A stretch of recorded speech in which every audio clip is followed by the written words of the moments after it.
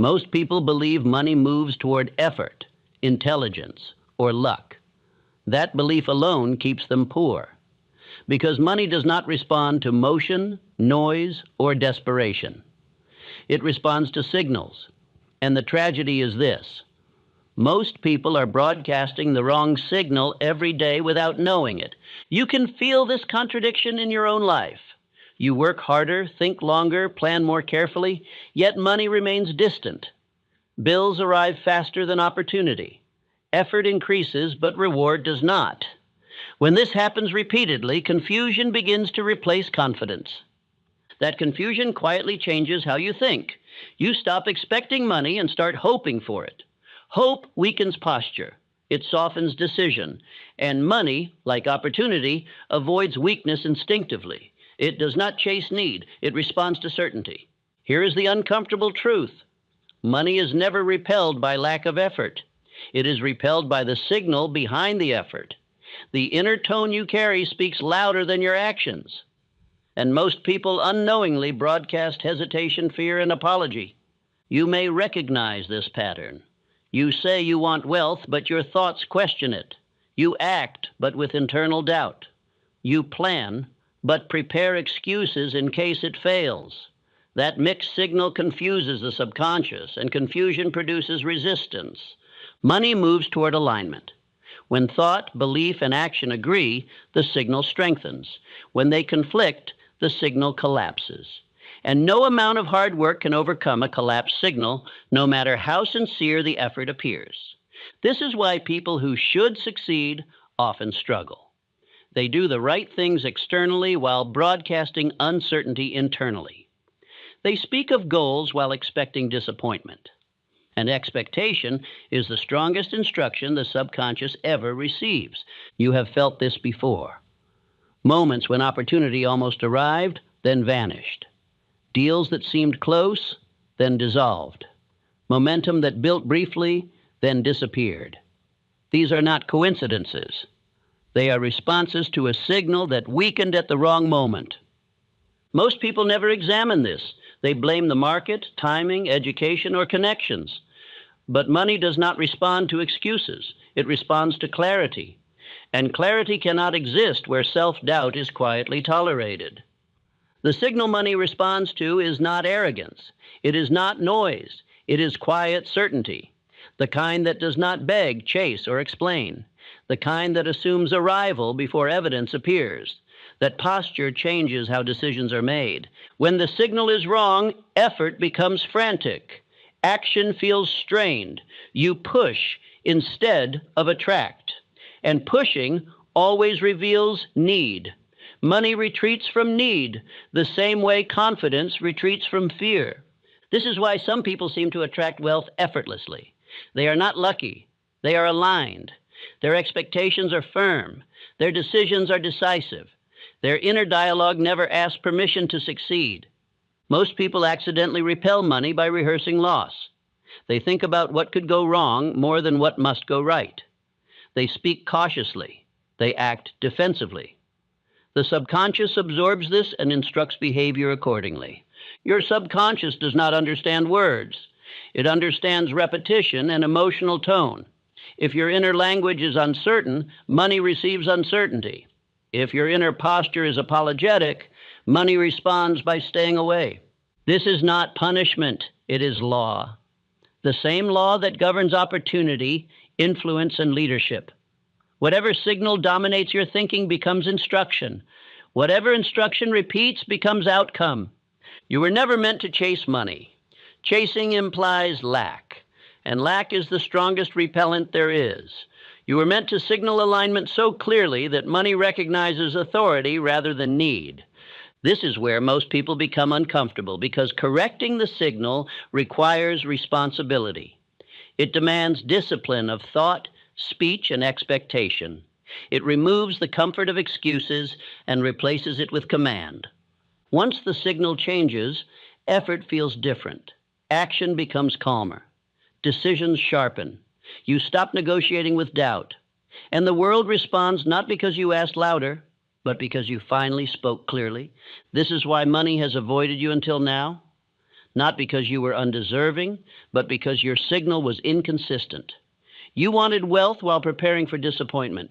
You acted while expecting delay. The moment alignment begins, resistance weakens.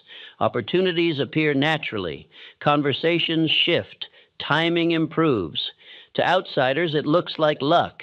To the man who understands signal, it feels like correction. Most people will hear this and do nothing. They will nod, agree, and return to the same inner language. Money will continue to avoid them. Laws do not respond to awareness. They respond to obedience. If you listen carefully now, you will recognize the signal you have been broadcasting. And once recognized, it cannot be ignored. From this point forward, the responsibility is yours. You are not repelling money by chance. You are repelling it by signal. And the moment that signal changes, everything else begins to follow. Listen closely to what comes next. The unseen frequency of wealth. There is an order beneath every fortune ever built, and that order begins within the mind. The world believes that riches obey labor, yet labor is only the visible shadow of unseen command. Money, opportunity, and cooperation all move toward one invisible signal. The silent tone of belief broadcast from within a man's heart. I call this the wealth signal. It is not spoken with lips nor written with ink, yet it is heard by every circumstance of life. The mind sends it daily, and the world answers it with precision.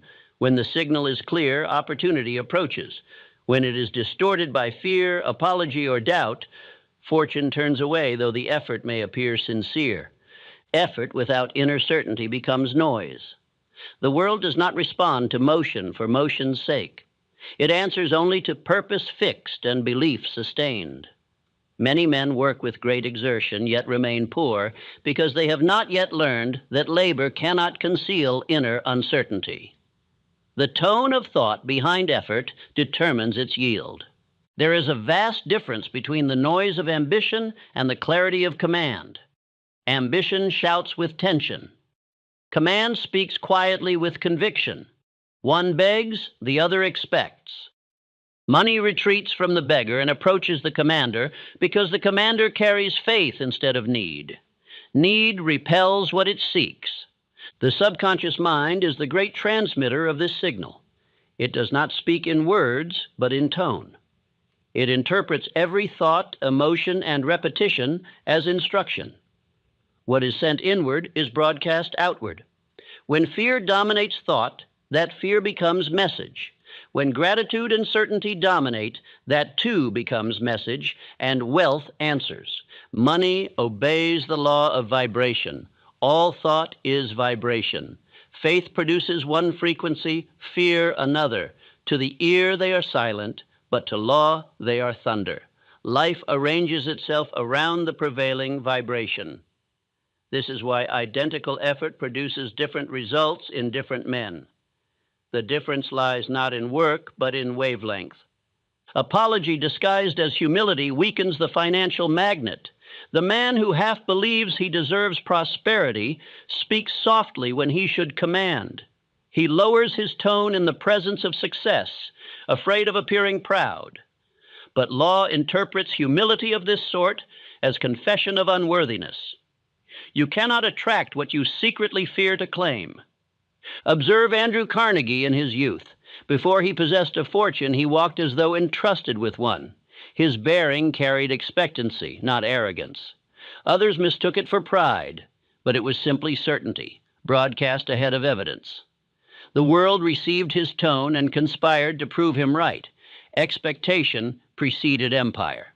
Thomas Edison, after failure upon failure, remained composed. His mind vibrated with completion long before light burned within his laboratory. The frequency of belief sustained itself through fatigue and ridicule. Where another man's signal would have broken into doubt, his remained steady until matter itself adjusted to match his certainty. F.W. Woolworth, with no credit and little capital, borrowed belief instead of money. He believed so firmly in his idea that others lent him trust before lending him cash. Trust is currency. His conviction became collateral. The signal of confidence drew cooperation until material wealth followed spiritual wealth. The man who begins correcting his signal is immediately noticed. He speaks slower and with calm conviction. He moves deliberately instead of hurriedly. He no longer explains ambition. He assumes accomplishment. Those still ruled by uncertainty find his composure unsettling. They sense authority without aggression, and that silent authority begins to attract both respect and reward. Gratitude strengthens the signal because gratitude is the tone of possession. To be grateful is to affirm receipt before visible evidence. The man who thanks life for prosperity before it arrives places himself upon the same frequency as its arrival. Ingratitude or constant complaint keeps the signal tuned to lack. The secret of assumed arrival is not pretense. It is moral alignment with what is already promised by law. Every cause produces its effect in time. To act as though the effect were already secured is not arrogance, it is intelligence. It is the refusal to send contradiction between desire and expectation. Faith, as I now describe it, is not emotion. It is inner frequency, an unbroken tone of expectation maintained beneath all appearance. Desire is magnetic expectation. Persistence is steady broadcast. To remain fixed upon one tone until reality echoes it back is the art of mastery. Money recognizes order. Poverty recognizes confusion. Wealth flows to the man who is internally arranged, for he emits certainty that the world can trust. Confusion within repels all cooperation, human and invisible alike. The moral meaning of wealth, therefore, is evidence of inner harmony. To desire riches while doubting the justice of wealth is to divide the signal. The subconscious receives both commands and produces contradiction. Earnings gained and lost, success built and broken. Law cannot be fooled. It multiplies whatever instruction dominates, even if that instruction is indecision. Effort guided by confidence feels light. Effort poisoned by doubt feels heavy. The weight is not in the task, but in the tone. The worker whose inner world is tuned to lack will tire even in easy labor. The man aligned with faith will perform mighty works without strain. Every fortune begins first as a vibration of belief sustained beyond resistance. It is not genius that builds empires. It is unwavering tone. Even the simplest plan, held with conviction, bends time and circumstance in its favor. I no longer chase wealth, I align with it. My thoughts broadcast command, not need. What I expect consistently, I inevitably receive. The man who embodies these affirmations ceases to chase opportunity. Opportunity begins to chase him. He becomes a signal strong enough to rearrange his environment. Deals, ideas, and helpers appear as though called by name. In truth, they are responding to frequency, not chance. Gratitude is not polite emotion, it is magnetic command. To be grateful is to say, this is already mine by law. It eliminates tension and broadcasts confidence. Ingratitude declares separation. Gratitude declares unity. The grateful man multiplies because his tone says, I already possess. Observe closely those who seem lucky. Their minds, whether they know it or not, dwell continually on gain, not loss. Their conversation is shaped by expectancy. Even when difficulty arises, they do not collapse into complaint.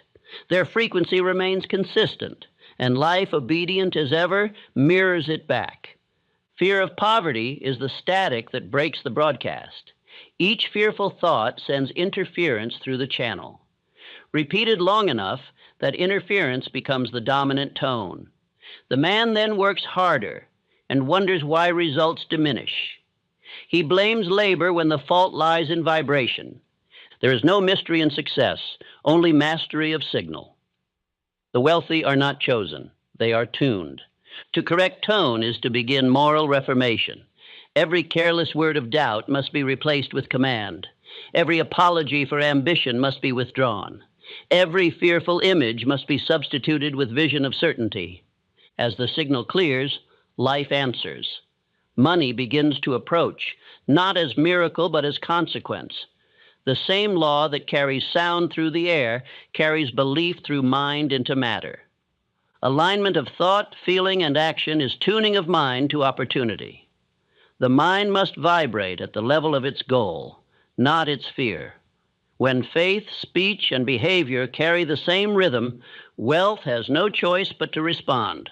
This is the unseen frequency of riches, the order behind every visible success, the tone that wealth hears even when words are silent.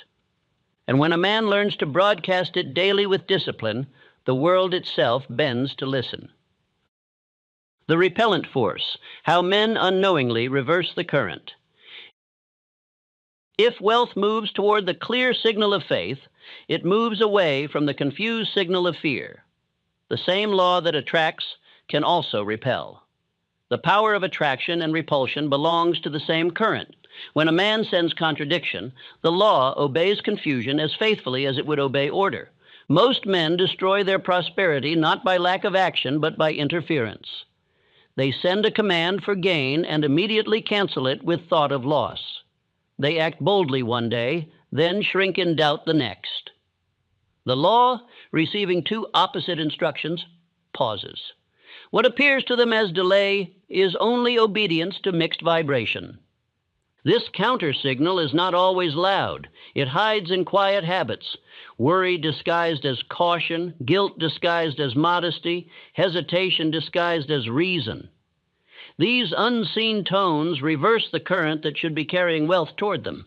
A man who doubts his own worth cannot hold riches, for he has commanded them to leave. Thinking about debt strengthens it. Thinking about deficit multiplies it. The mind magnifies what it observes most intently. When attention clings to shortage, the subconscious accepts shortage as instruction. The very energy that could build abundance is then used to feed the image of lack. Thus, effort creates the opposite of intention. I have known men of great ability who feared criticism more than failure. To please the opinion of others, they shrank their dreams to safer size. They reduced their plan to fit the comfort of the timid. Yet the law cannot reward timidity. The world pays for boldness, not apology. Caution, when excessive, becomes self-betrayal. Apology for ambition breaks the signal of authority. The man who lowers his desire to appear humble declares unworthiness to the law.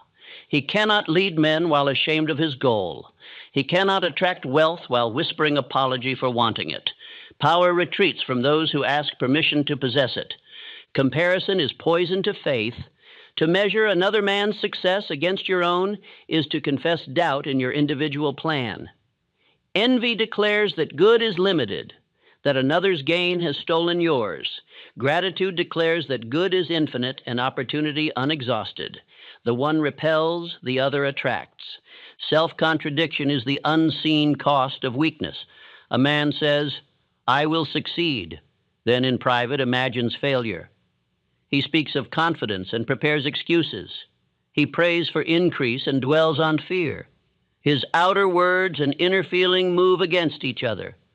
Such divided loyalty produces only delay and disappointment. The imagination was not given for rehearsal of loss. To visualize disaster is to create a blueprint for it. The subconscious, indifferent to intention, builds whatever image it receives most vividly.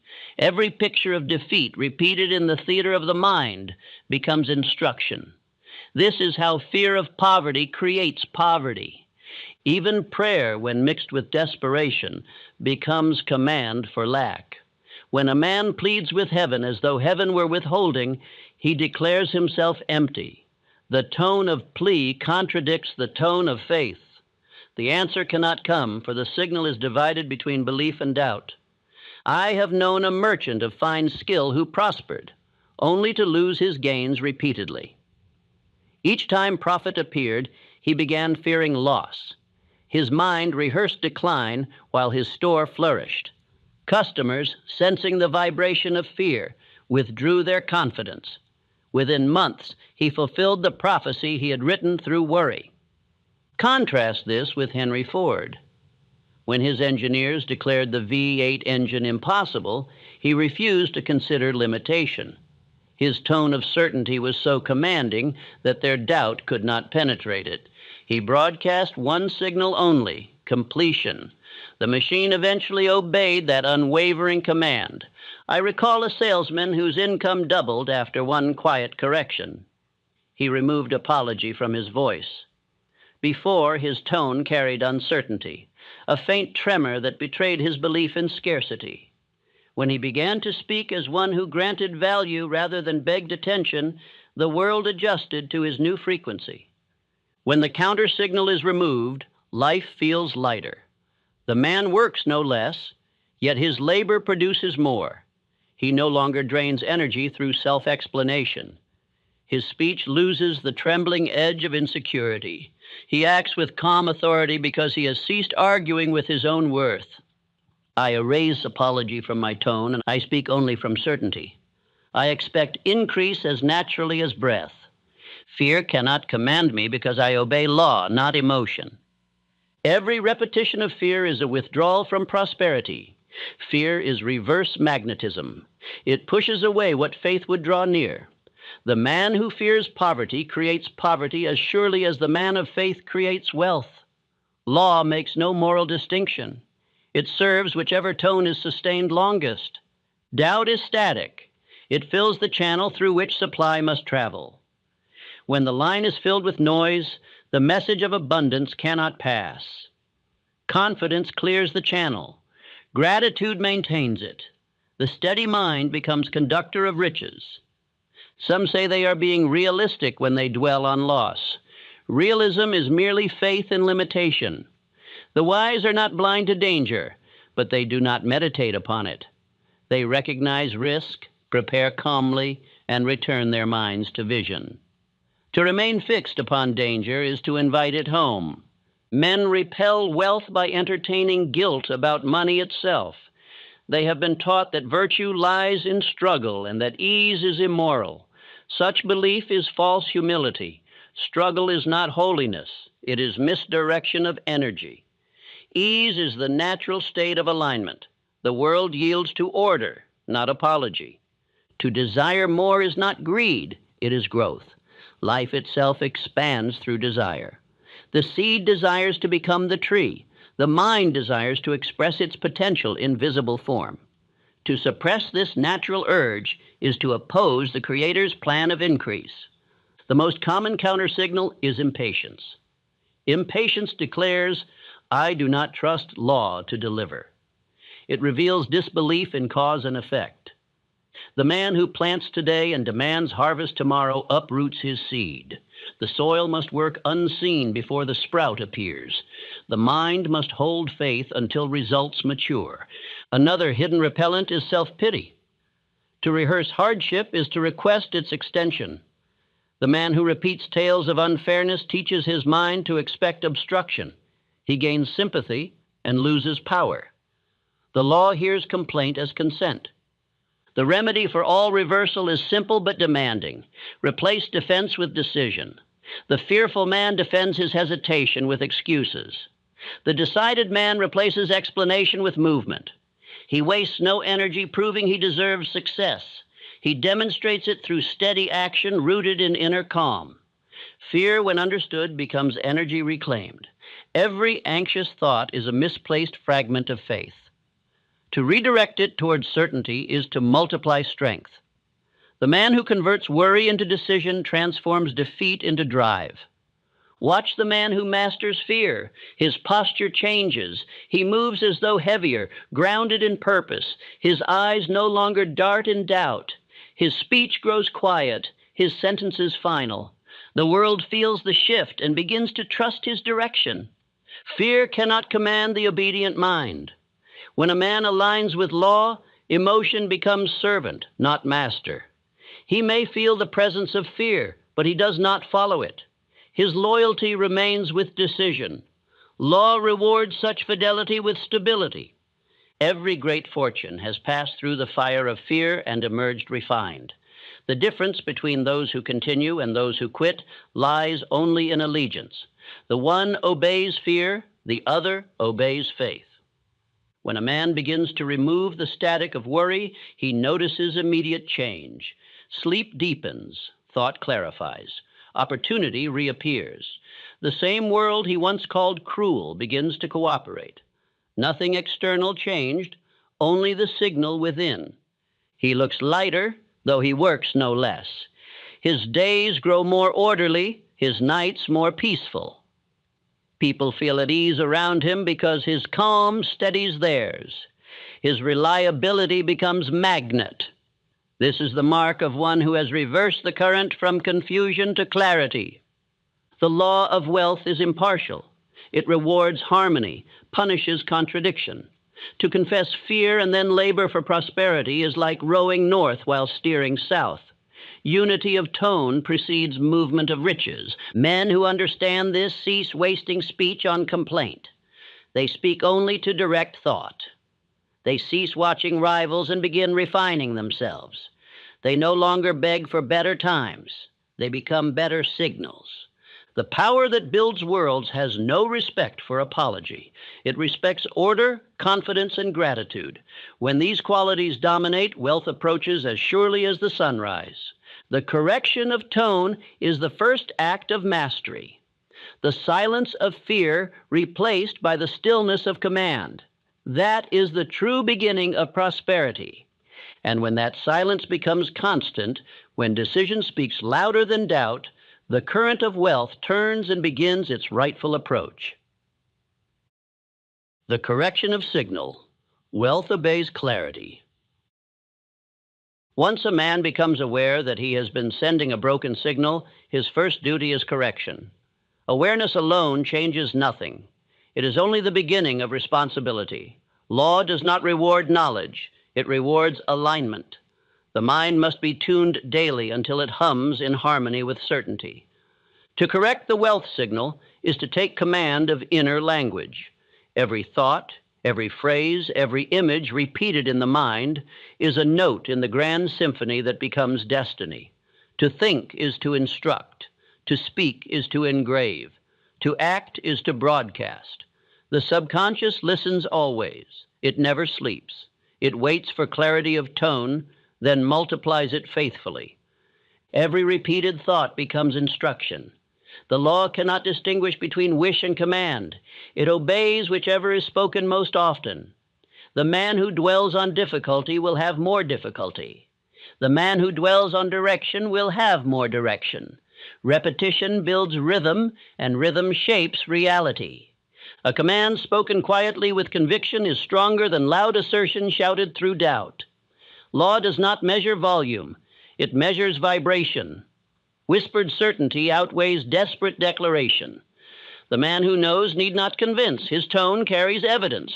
The world believes him because he already believes himself. Each morning I have instructed men to write their definite aim by hand and read it aloud with emotion and belief. It is not superstition, it is alignment. To write is to carve command upon the tablet of the subconscious. To read it aloud is to let the vibration of faith enter the air. To do both daily is to train the inner and outer world to obey. Faith does not grow through emotion, it grows through repetition. Emotion changes with weather. Repetition hardens into habit, and habit becomes law within the self. The steady man is not the one who feels most. He is the one who returns most often to his chosen direction. The wise understand the science of emotional neutrality. They act with calm conviction, even in uncertainty. Their faith is not noisy, it is composed. To maintain peace when the world shakes is proof of mastery. The calm mind speaks in a frequency the universe recognizes as authority. Gratitude amplifies the signal. To thank the unseen for results not yet visible is to claim them as certain. Gratitude is the vibration of possession. It declares, I already have. Complaint declares, I lack. Law obeys the one sustained longest. Routine creates rhythm. Rhythm creates trust between mind and law.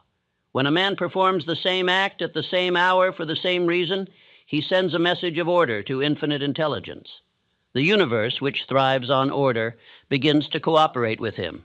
Repetition is not monotony, it is conversation with eternity. I once counseled a poor clerk who had labored faithfully without advancement.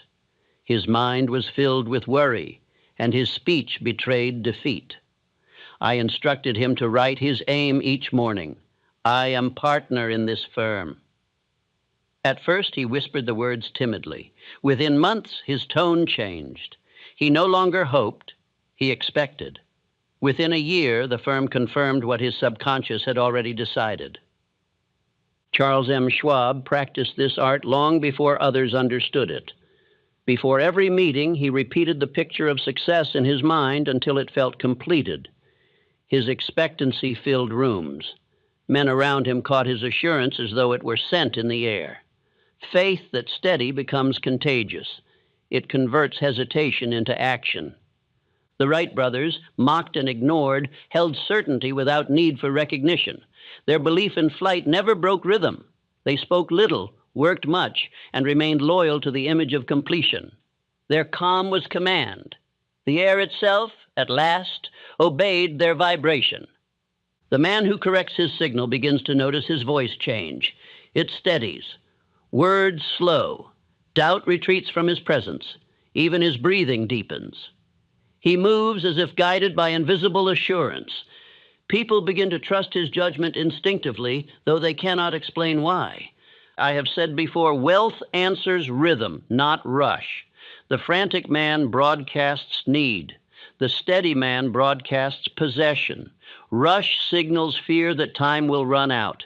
Rhythm declares that time is already working for him.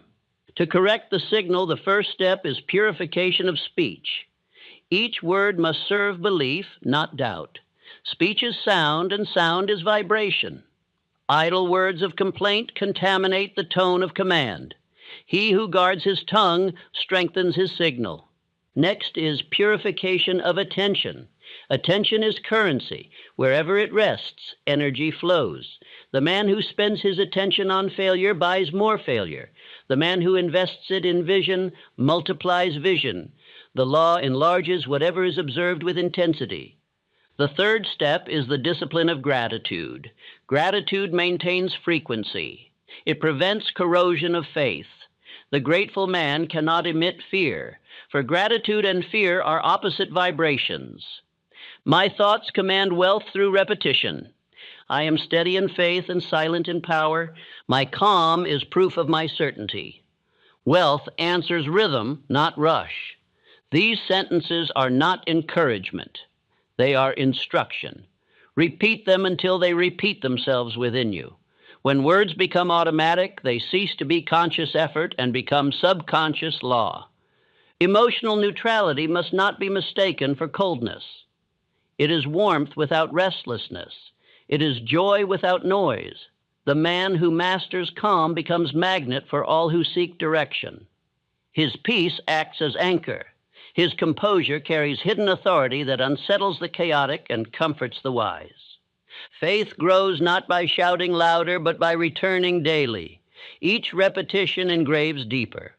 The mountain is moved not by one strike, but by thousands in the same place. So it is with thought. Gratitude must become natural breath. Each time the mind whispers complaint, replace it with thanks. Each time fear imagines loss, replace it with vision of increase.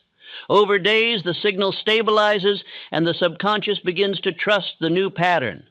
The silent instrument, the subconscious, responds to consistency, not emotion. It measures sincerity by rhythm. Speak to it calmly and often, and it obeys. Ignore it or contradict it, and it drifts into chaos. Decision is the inner decree that begins all order. Once declared, it must not be reopened. To reopen decision is to confuse the instrument. Decide once, repeat often, and act always in the same direction. That is how correction becomes power. Routine may appear small, but it is the foundation of mastery. The sunrise repeats, yet it never fails. The man who repeats his purpose with equal faith will see his horizon change as surely as dawn follows night. As the corrected signal strengthens, life grows symmetrical. Coincidences begin to align. Delay softens into timing. Where once there was resistance, there is now rhythm. The man feels the world moving with him instead of against him. Others will say he is fortunate, but they will not understand that fortune is faith maintained. What they call luck is merely signal perfected. The corrected signal carries weight in unseen realms. It summons ideas from infinite intelligence and sends them through intuition. It attracts cooperation from minds vibrating on similar tones. It awakens recognition in those prepared to assist. When the mind is tuned to the note of decision, doubt can no longer enter. Doubt belongs to another frequency. It bounces off like sound against a wall of glass. Those around the corrected man find peace in his company. They feel direction simply by observing him. His certainty gives them certainty. His order becomes their map. That is leadership, the transference of inner rhythm to others. This is why the correction of signal is both science and service. It enriches not only the one who broadcasts, but all who tune into his frequency. He radiates order because he has earned it through repetition. He commands because he has obeyed. He draws wealth because he has given clarity. And when the tone is pure, results cease to delay. What once resisted begins to yield. What once seemed distant begins to approach. Wealth, opportunity, and confidence return home to their rightful source, the man whose signal is now clear. The magnetized life, when money seeks the man. There comes a moment when correction becomes completion, when the signal, once weak and divided, hums so perfectly that life itself begins to reorganize around it.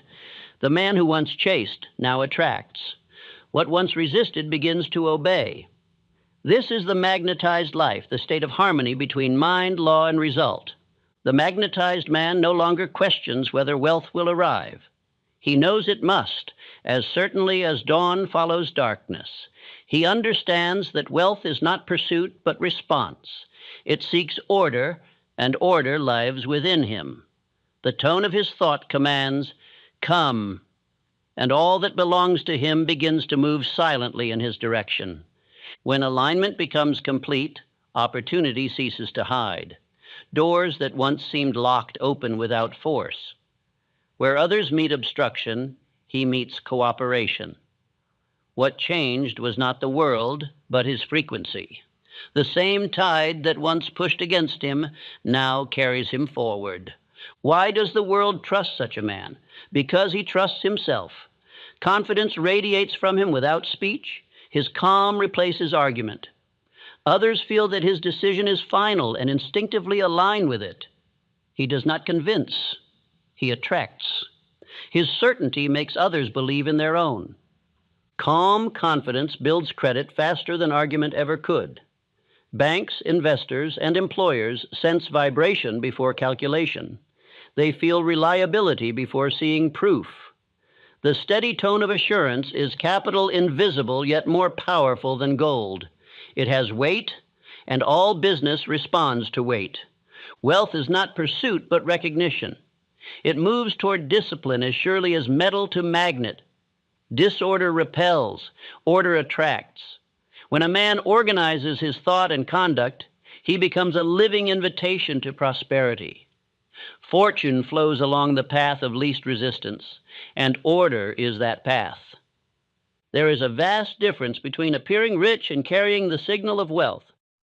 Many dress the part, speak the language, and mimic success, yet carry the tone of fear beneath the surface.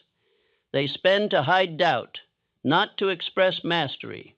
Wealth avoids them because their signal is false. Law cannot be deceived by decoration. The man who truly carries the signal of wealth may appear simple. His possessions serve him. They do not define him. He moves without hurry because certainty moves slowly. He buys with peace, gives with gratitude, and receives without guilt. He lives not in display but in direction. Authority replaces pleading. He no longer asks the world for permission to prosper. He declares through example that prosperity is natural. His success feels inevitable, not lucky. Those who watch him see continuity rather than burst. There is no miracle in his progress, only law obeyed without interruption. This is the moral duty of prosperity, to use wealth as instrument of peace, not vanity. Riches gained through alignment carry responsibility. The magnetized man multiplies others by his presence. His prosperity uplifts rather than provokes. He proves that wealth, rightly held, is evidence of order, not greed. Rockefeller understood this law. In moments of financial panic, while others despaired, he remained composed. His tone never broke, for he trusted order more than market. That calmness drew strength to him. The chaos of others became opportunity for him because he did not share their frequency of fear. Lincoln, too, lived by this magnetism. When the nation tore itself apart, his tone of unity never wavered. He spoke not from hope, but from law. He declared oneness until reality reshaped itself to match his declaration. Division could not outlast harmony held in mind by one decided man. I once met a tradesman who began with nothing but conviction. He repeated daily, "My service is needed, my work is valuable, my reward is certain." At first he sold little, but as his certainty deepened, others began to see what he already knew. His customers increased, his influence spread, and soon men sought his counsel as they once doubted his worth. Such transformation appears mysterious to those who still labor under chance. They say, "He is lucky." But luck is only law in motion, unseen by those who refuse to align. The magnetized man's silence carries weight. He is not hurried because he knows that time obeys him. Delay no longer disturbs him because he recognizes preparation within it. His peace unsettles the frantic, for they sense that he is moved by a rhythm they have not yet heard. His presence feels like direction. People enter his orbit and find purpose. His certainty clarifies their confusion. In his company, problems seem smaller and possibilities larger. His composure becomes instruction. His name becomes synonymous with reliability. When others speak of him, they speak of stability. His word becomes bond because it carries the tone of integrity. Promises made in harmony with law are kept by law itself. His success no longer excites envy. It provokes admiration. Men feel safer in a world where such success exists, for it proves that law remains just. Those who once mocked his discipline now seek his counsel. His life becomes living evidence that wealth follows obedience, not chance. I am a signal of abundance. I command through calm certainty. Wealth recognizes me because I recognize law. My peace is proof of my power. What I hold inwardly becomes visible outwardly. Faith in its purest form is magnetism of conviction. It draws without effort because it does not doubt.